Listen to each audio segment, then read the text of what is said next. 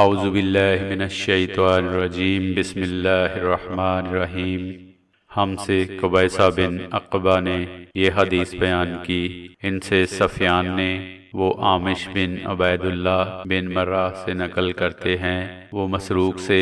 وہ عبداللہ بن عمر رضی اللہ عنہما سے روایت کرتے ہیں کہ رسول اللہ صلی اللہ علیہ وسلم نے فرمایا کہ 4 عادتیں جس کسی میں ہوں تو وہ خالص منافق ہے، اور جس کسی میں ان 4 میں سے ایک عادت ہو تو وہ بھی نفاق ہی ہے جب تک اسے نہ چھوڑ دے۔ وہ یہ ہیں، جب اسے امین بنایا جائے تو امانت میں خیانت کرے، اور بات کرتے وقت جھوٹ بولے، اور جب کسی سے عہد کرے تو اسے پورا نہ کرے، اور جب کسی سے لڑے تو گالیوں پر اتر آئے۔ اس حدیث کو شعبہ نے بھی سفیان کے ساتھ عامش سے روایت کیا ہے۔